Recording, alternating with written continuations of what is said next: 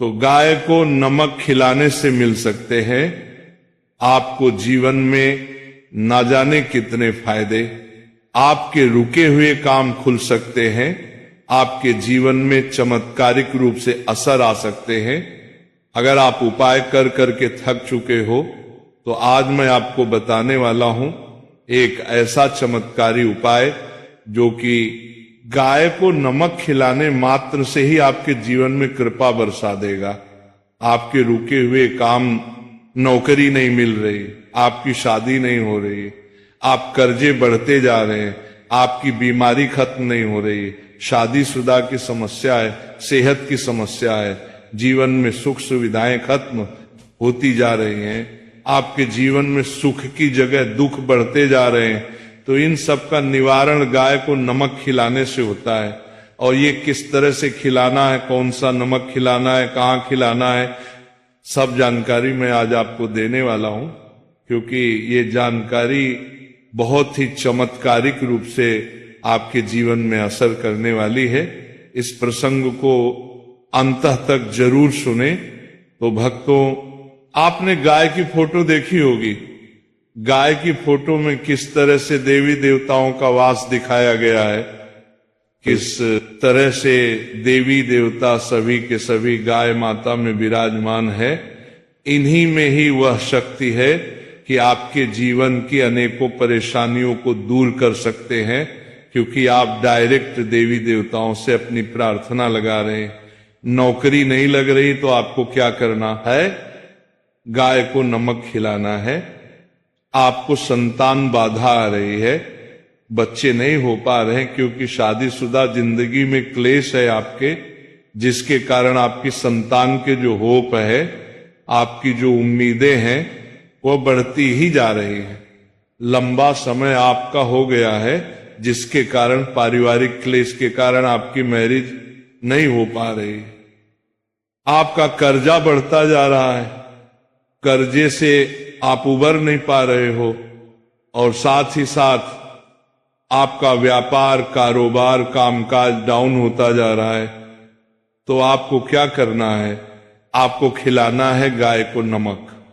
अब नमक सबसे पहले समझिए है क्या, और गाय को देने से होगा क्या। कौन सा नमक देना है? नमक के लिए आपने गाय को देखा होगा, लोग गुड़ खिलाते हैं, लोग कुछ भी हरी चीजें इत्यादि खिलाते हैं, गाय को चारा देते हैं। ये सब देने से आपको एक आपके पुण्य कर्मों में वृद्धि होती है, आपकी इच्छा पूरी होती है, आपको एक मानसिक शांति साल भी मिलती है, क्योंकि गाय के अंदर ही वो पॉजिटिव ओरा होता है कि आप जितने मर्जी परेशान हो, गाय के पास जाते ही आप सब कुछ भूल जाते हो। गाय की सुंदरता, गाय की आंखें, गाय की एक जो झलक होती है, वही आपके अंदर एक पॉजिटिविटी लेकर आ जाती है। गाय को देखते ही इंसान के अंदर एक मां की फीलिंग आती है, क्योंकि गाय को इसीलिए मां कहा गया है। गाय का दूध एक नवजात बच्चे को भी हजम हो जाता है, बच्चा भी पल जाता है। तो इसी प्रकार से सोचिए कि गाय में इतनी शक्ति है जो आपको एक फील देती है कि हां, आपके जीवन की परेशानियां मैं दूर कर सकती हूं। अब गाय को अगर हम देखा जाए तो ये शुक्र का रूप माना गया है। गाय डायरेक्टली आपके शुक्र यानी कि वीनस प्लेनेट से रिप्रेजेंट करते। वीनस है क्या? आपके जीवन में सुख सुविधाएं हैं, खुशियां हैं, पैसा है, आयशो आराम है, आपकी एंजॉयमेंट है, आपकी मैरिड लाइफ है, आपका लव है, आपकी खुद की हेल्थ है, आपकी सुंदरता है, आपके रहने का, आपके चलने का, आपके ये जो लाइफ स्टाइल है, सब कुछ ये शुक्र है। अगर ये शुक्र ही आपका डिस्टर्ब हो जाए तो एक जीवन इस तरह से हो जाता है कि आप खाना तो खा रहे हो, उसके अंदर नमक नहीं है, तो बिना नमक का बेसुआ खाना। और बेस्वादी जीवन अगर आप जी रहे हो और जीवन में कुछ मजा ही नहीं आ रहा है, तड़का और वह चटकारा आपके जीवन में आ ही नहीं रहा है, तो आपको गाय का ये उपाय करना चाहिए। गाय को नमक देना। नमक आपके जीवन में बहुत सी आपकी कमियों को दूर करता है। और कहा भी जाता है कि मैंने तेरा नमक खाया है, कर्ज तो अदा करूंगा ही करूंगा। नमक खाया है तो कर्ज तो अदा करना ही पड़ेगा। जब आप नमक खिलाओगे गाय को तो इससे आपके शुक्र को बल मिलेगा, शुक्र को पावर मिलेगी, क्योंकि आप डायरेक्ट उस जीव के अंदर होने वाली कमियों को दूर कर रहे हो। आपने देखा होगा गांव में भी लोग पशुओं को अपने नमक देते हैं। नमक की बड़ी सी डली गांव के पशुओं को देते हैं। गाय चाटती रहती है बड़े प्यार से, बड़े मजे से। गाय ये सब कुछ क्यों करती है?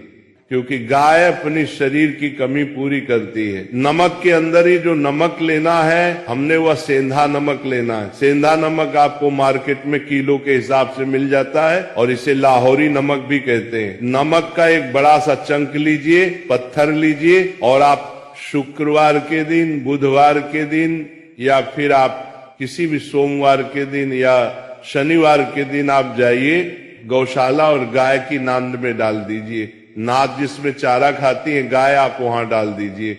नहीं तो आपको दिखता है कि गाय एक जगह बहुत सारी होती है, तो वहां उनके सामने रख दीजिए।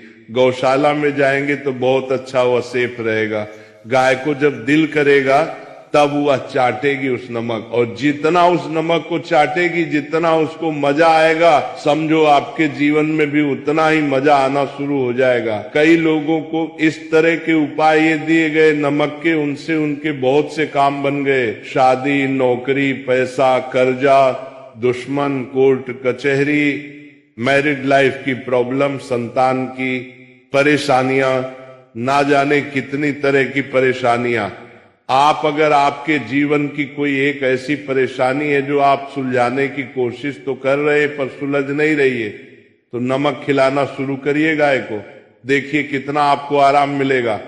और ये नमक अलग अलग तरीके से खिलाया जाता है। सफेद नमक जो आपकी रसोई में है, काला नमक और सेंधा नमक। अगर मैं बोलूं आपको एक ऐसा नमक जो आप कोई भी खिला सकते हो, वो है सेंधा नमक। सेंधा नमक जो कि पूजा पाठ में भी आपने देखा होगा, जब व्रत होते हैं तब उस समय सेंधा नमक इस्तेमाल किया जाता है, जिसे रॉक सॉल्ट भी कहा जाता है।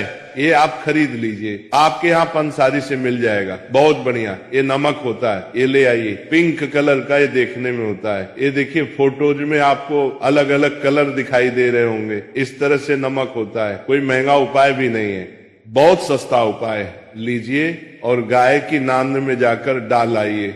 नाद जिसमें गाय चारा खाती है, पाउडर खाती है, उसमें जाकर डाल आइए और अपनी प्रार्थना बुलाइए। ये काम आप सप्ताह में एक बार कर लीजिए।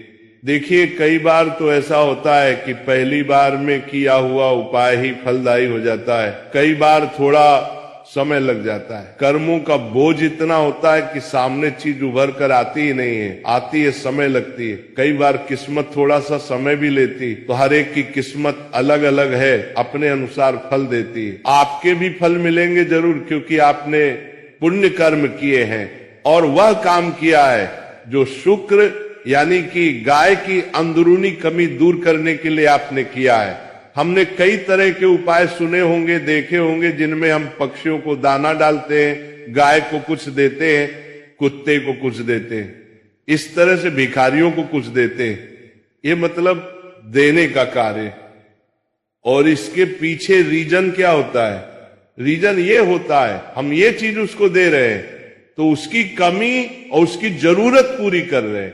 तो इसी प्रकार से शुक्र की जो जरूरत है ना, आप इस तरह से कर लोगे। बड़े बड़े उपाय, लाखों करोड़ों के हीरे, ये सब फेल हो जाते हैं। एकमात्र नमक के उपाय से करिए और अपने जीवन में बदलाव को महसूस करिए।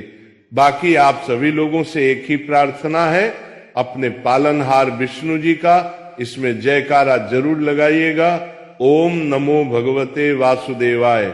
इसके बाद लिंग राजेंद्र राजा से बदला लेने के लिए शिव जी ने सुब्बा को ब्रह्म राक्षस बताया। लिंग राजेंद्र राजा को रात में जब वो सोता, ब्रह्म राक्षस अपना स्वरूप दिखाता, भय।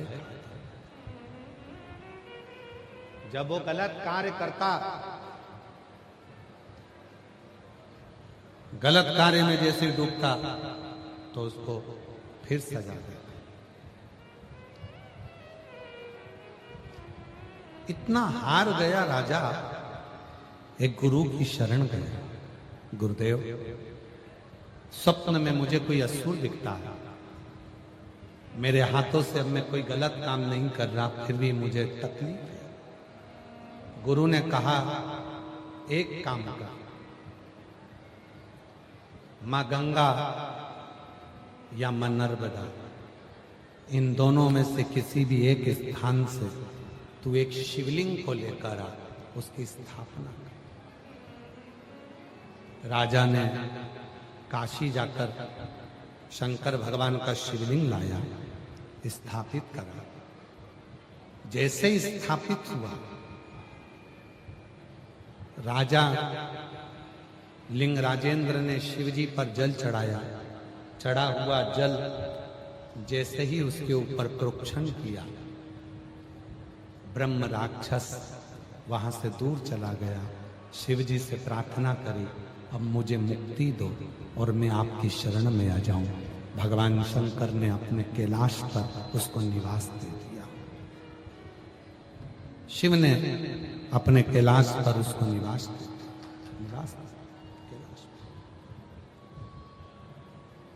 लोग कहते हैं, गुरुजी शंकर जी पे चढ़े हुए जल का प्रोक्षण करने पर, आचमन करने पर क्या हमारे दोष मिट जाता?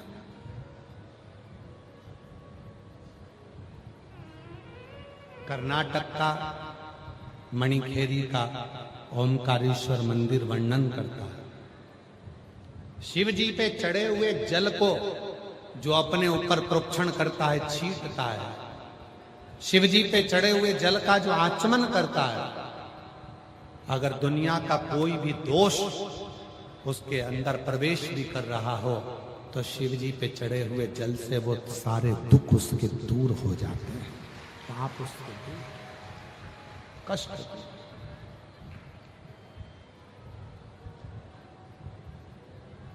शिव पर एक पत्र है, अच्छा है,